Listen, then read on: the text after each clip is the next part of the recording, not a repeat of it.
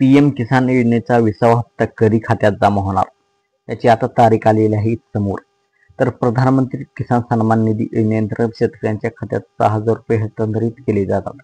हे पैसे वर्षभर 2,000 रुपयाच्या 3 हप्त्यामध्ये शेतकऱ्यांच्या खात्यात हस्तांतरित केले जातात। 24 फेब्रुवारी 2025 रोजी खात्यात 19वा हप्ता देण्यात आला। आता देशातील शेतकरी 20व्या हप्त्याची वाट पाहत आहेत। ही प्रतीक्षा ही लवकरच संपणार आहे। पंतप्रधान नरेंद्र मोदी 18 जुलै 2025 रोजी बिहारमधील मोतीहारी येथे असतील। या दरम्यान ते एका मोठ्या शेतकरी मेळाव्याला संबोधित करतील। वृत्तानुसार या मेळाव्यात ते पंतप्रधान पीएम किसान योजनेचा 20वा हप्ता जाहीर करतील। पंतप्रधान मोदी स्वतः प्रत्येक वेळी पीएम किसान योजनेचा हप्ता जाहीर करत आहेत। पंतप्रधान मोदी 2 जुलै रोजी 5 देशांच्या 8 दिवसांच्या दौऱ्यावर गेले होते। किसान सन्मान निधी देण्यास विलंब होण्याचे हेच कारण होते।